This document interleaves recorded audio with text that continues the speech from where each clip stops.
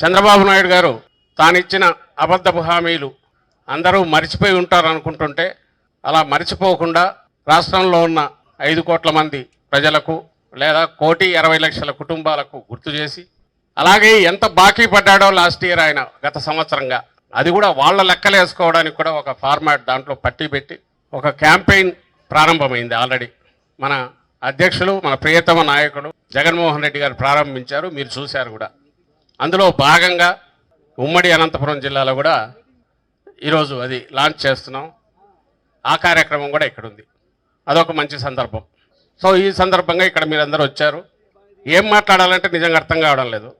ఎందుకంటే గతంలో మనం ప్రభుత్వంలో ఉన్నప్పుడు 5 ఏళ్ల పాటు 19 నుంచి 24 వరకు జగన్మోహన్ రెడ్డి గారు ఏమేం చేశారో చిట్టా విప్పి చదవాలంటే రోజంతా సరిపోయేది కాదు. ఇప్పుడు చంద్రబాబు నాయుడు ఏమేం చేయలేదు, అలాగే ఎలా మోసాలు చేశాడు, ఎంత దుర్మార్గంగా వ్యవహరిస్తున్నాడు, వ్యవస్థలన్నింటినీ ఎట్లా భ్రష్టు పట్టించారు, ఇవి చెప్తూ పోవాలంటే బహుశా వారమైనా సరిపోయట్లేదు.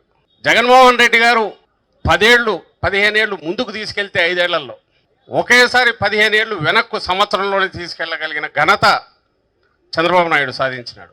ఆ రకంగా రికార్డ్ అయింది. ఇది గిన్నీస్ బుక్లో ఎక్కించవచ్చు కావాలంటే.